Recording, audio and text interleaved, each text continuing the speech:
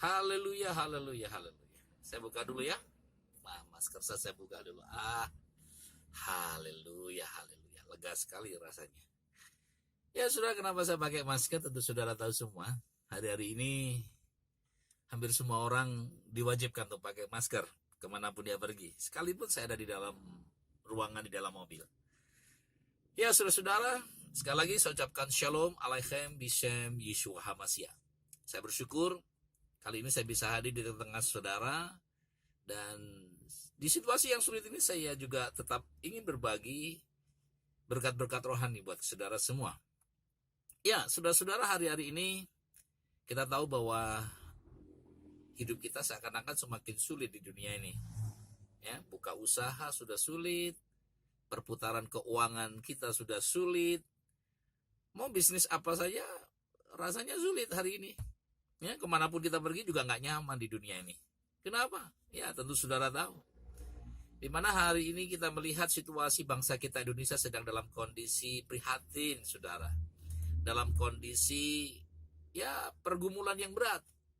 Di mana virus COVID-19 atau yang disebut dengan virus corona ini sudah menjalar sampai berbagai negara, bahkan ratusan negara, bahkan bangsa kita Indonesia juga mengalami hal yang sama. Ketika pemerintah Indonesia mencanangkan atau menyatakan dengan keputusan ini untuk semua aktivitas, semua pekerjaan bisnis harus kalau bisa dikurangi, bahkan kalau boleh berhenti, saudara. Ada banyak orang yang tergoncang. Ada banyak orang yang sudah mengalami goncangan pikirannya, hatinya, jiwanya. Ketakutan semakin mencekam, ketakutan semakin merajalela. Dan banyak orang hari-hari ini sudah tidak bisa bergantung kepada apapun. Kecuali saudara sama saya punya Tuhan yang luar biasa. Punya Tuhan yang hidup, Tuhan yang luar biasa bisa memampukan kita untuk kita tetap bisa ada sampai hari ini dan kita tetap bisa bersyukur, saudara. Nah, saudara-saudara yang saya kasih di dalam Tuhan, apa yang sedang terjadi atas bangsa kita tentu kita sebagai anak-anak Tuhan kita tahu persis. Ini bukan kesalahan Tuhan. Ini bukan karena kesengajaan Tuhan. Ya. Tetapi hal ini terjadi memang Tuhan sudah izinkan harus terjadi dan firman Tuhan, nubuatan para nabi harus digenapi. Saudara, ingat baik-baik bahwa Tuhan tidak pernah menciptakan manusia hidup di dalam sakit penyakit. Tuhan tidak pernah menciptakan saya sama saudara di dunia ini untuk hidup di dalam kutuk. Ingat, perhatikan baik-baik. Tetapi mengapa sakit penyakit itu harus ada? Mengapa kutuk itu harus terjadi? Mengapa wabah itu harus terjadi? Saudara, Bapak Ibu, ingat baik-baik. Coba kita tanya kepada diri kita sebagai manusia. Apa penyebab ini semua terjadi? Ya, tentu ini semua terjadi karena akibat pelanggaran, akibat dosa, akibat kedegilan hati manusia yang telah menjauh dari hati Tuhan, yang menjauh daripada firman Tuhan. Terlalu banyak pelanggaran yang dilakukan oleh manusia. Dosa-dosa yang sedemikian rupa merajalela di akhir zaman ini seakan-akan itu sesuatu yang biasa. Saudara, manusia semakin buas, manusia semakin rakus, manusia semakin tidak berakal budi. Punya otak, punya pikiran, tapi saudara, seakan-akan manusia menjadi bodoh dengan perkembangan zaman ini. Ingat, perhatikan, iblis telah memperdaya banyak manusia. Saudara, virus corona ini bisa terjadi. Bahkan bukan hanya di 1-2 negara, bahkan ratusan negara. Bahkan sepanjang saya hidup di dunia ini, saudara, dengan usia saya 50 tahun ini, saya baru kali ini melihat kondisi negara, kondisi bumi yang sedemikian mencekam.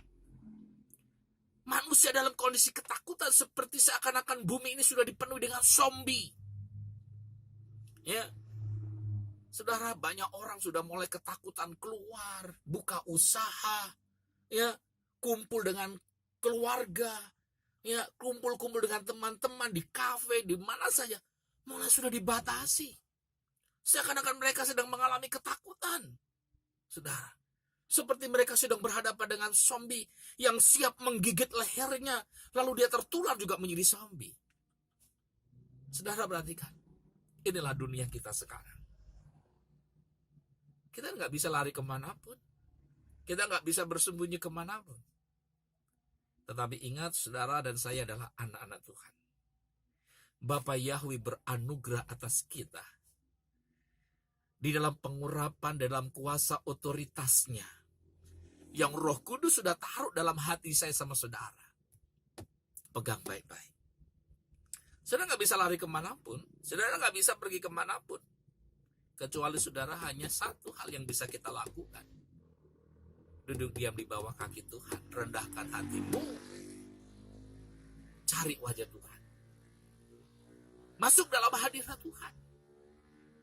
Saudara, terlalu banyak dosa yang sudah dibuat oleh manusia. Termasuk mungkin saya sama saudara sudah terlalu banyak dosa yang kita buat. Jujur atau enggak jujur, terlalu banyak dosa yang kita buat. Tetapi berbahagialah kita punya Tuhan yang maha pengampun, maha pengasih, yang bisa mengampuni, melepaskan kita dari segala ikatan dosa. Oleh sebab itu larilah kepada Tuhan. Berteriaklah kepada Tuhan, minta tolong.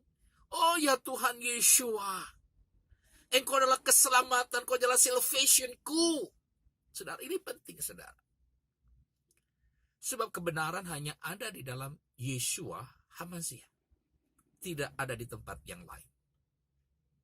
Berbahagialah saudara dan saya yang punya Tuhan. Hidup di dalam Tuhan. Dipanggil dan diselamatkan oleh Tuhan. Kita nggak perlu ikut paranoid. Kita nggak perlu ikut ketakutan yang berlebihan seperti orang-orang yang tidak mengenal Tuhan. Sebab firman Tuhan berkata, roh yang ada di dalam diri kita, yang Tuhan taruh dalam diri kita, bukan roh ketakutan.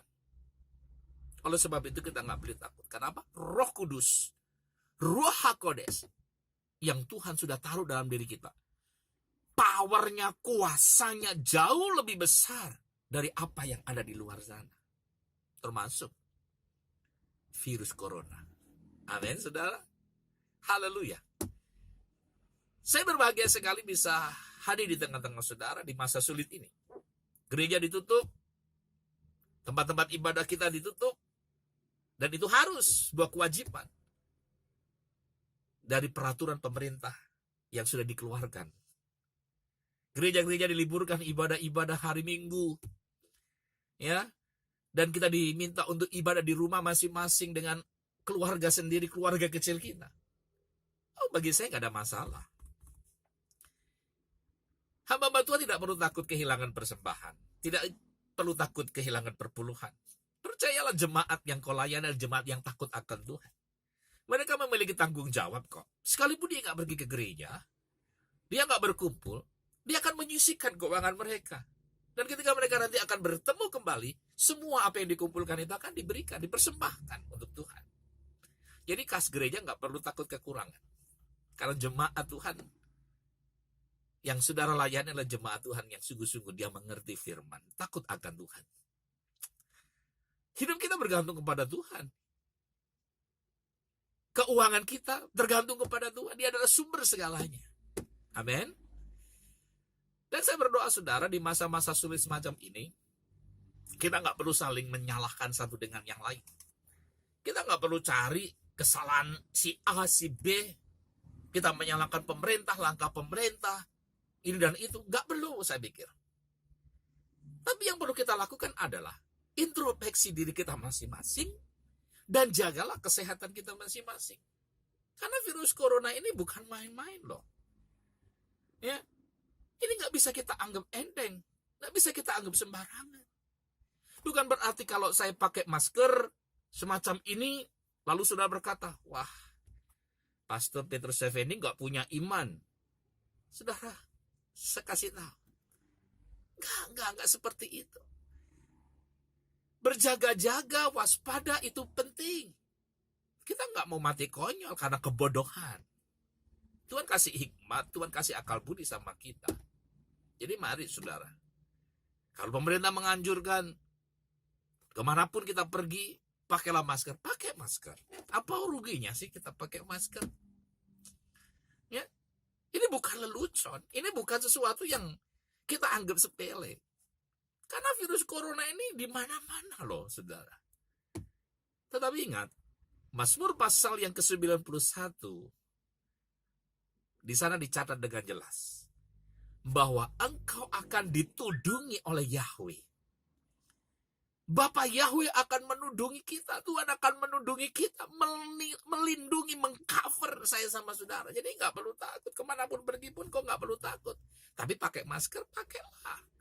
Cuci tangan, cucilah tangan. Kalau sudah tahu begitu, jangan jarak, saudara. Orang Jawa bilang, jangan menyengaja. Itu namanya konyol, saudara. Oke, saudara? Jangan berarti seperti ini. Tahu itu racun, saudara minum. Tahu. Saudara berpikir, Tuhan nggak bilang, firman Tuhan berkata bahwa aku minum racun pun tidak akan mati. Coba, saudara itu tahu racun, minum. Mati nggak? Mati, saudara. Karena saudara sedang konyol, sedang berpikir yang salah. Bukan itu maksud saya.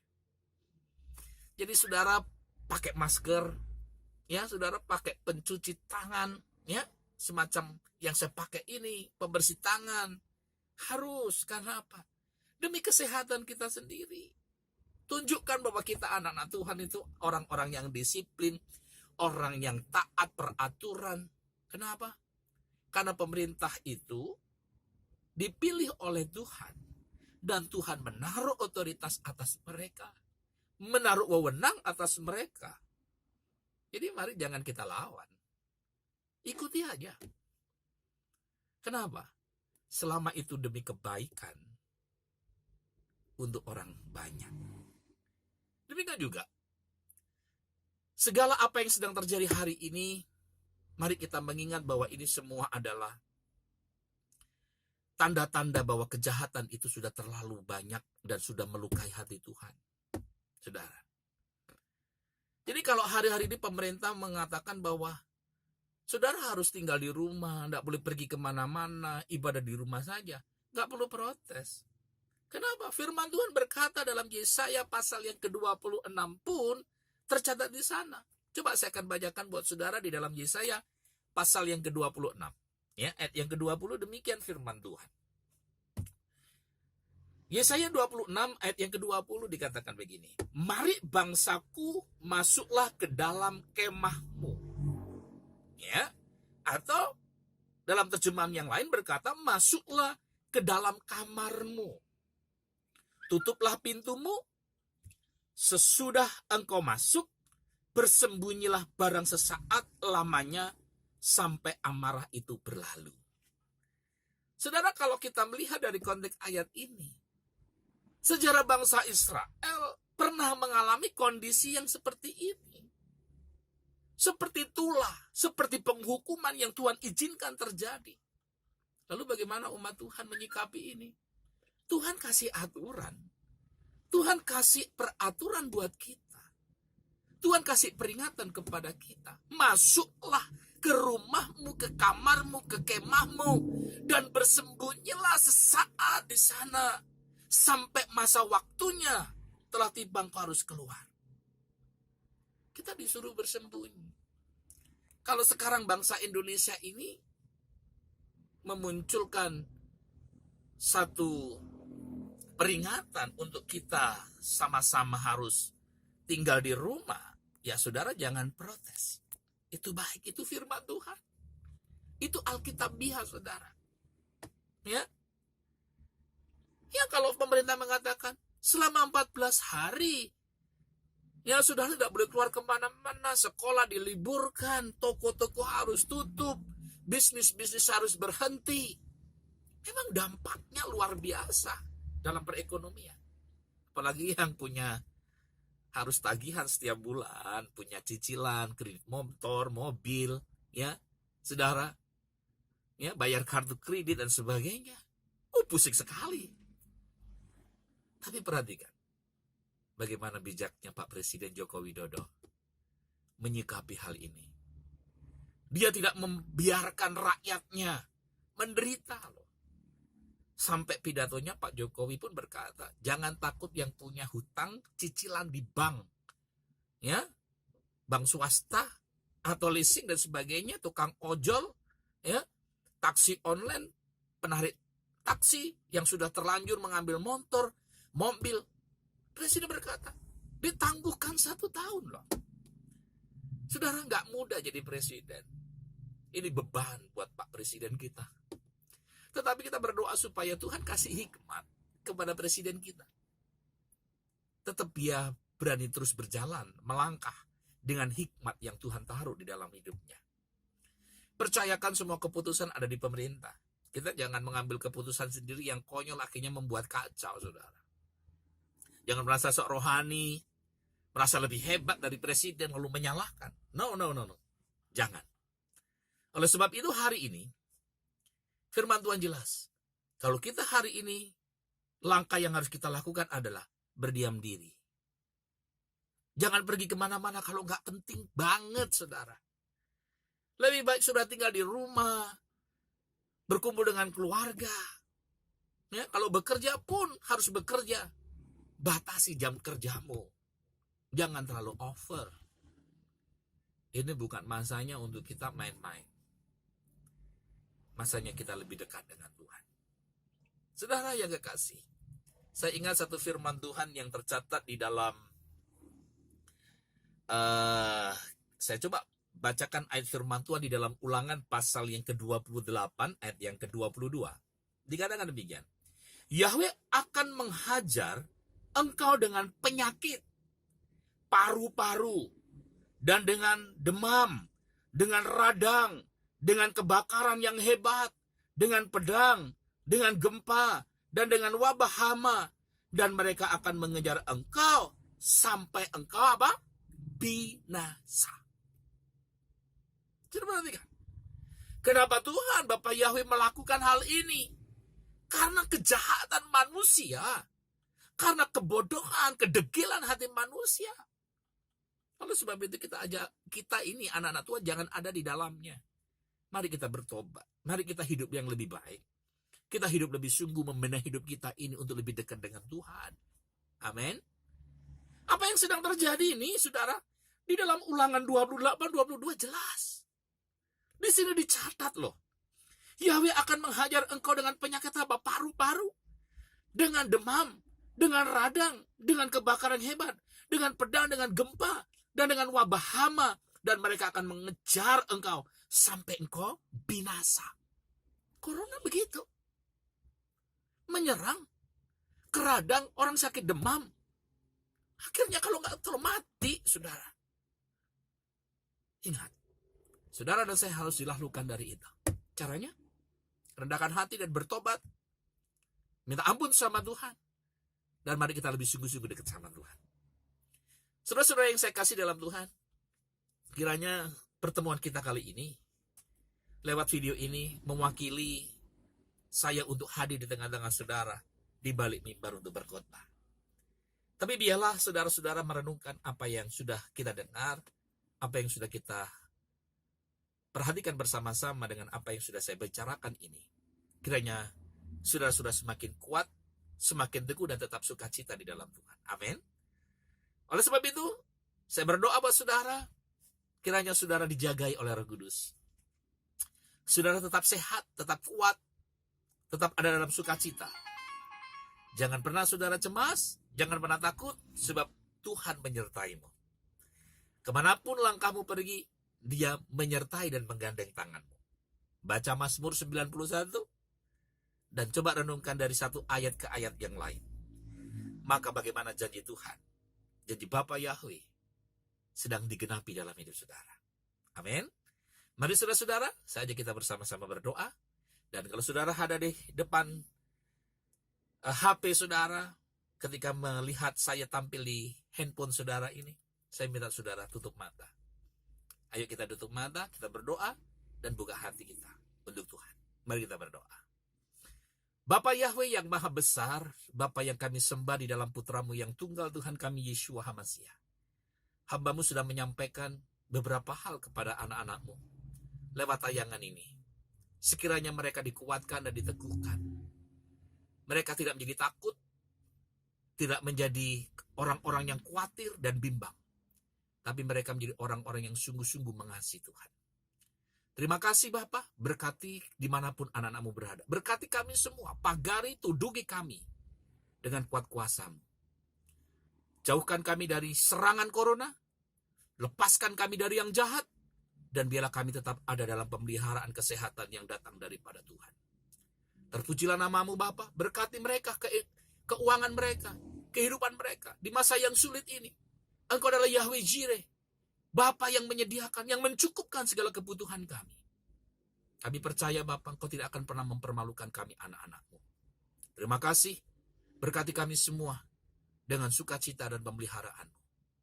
Hanya di dalam nama Tuhan kami Yeshua HaMashiach, Tuhan dan Gembala kami yang hidup, kami mengucap syukur, kami berdoa. Semua yang percaya katakan, amin. Saudara-saudara, sampai di sini kita berjumpa dan berdoalah supaya di kesempatan mendatang saya bisa hadir kembali di tengah-tengah saudara selama kita tidak bisa bertemu di dalam satu persekutuan di dalam gedung gereja. Amin. Kiranya lewat ini pun sudah lebih daripada cukup. Sebab Bapa Yahweh ada di dalam hati saudara. Bapa Yahweh berkati kita semua. Amin.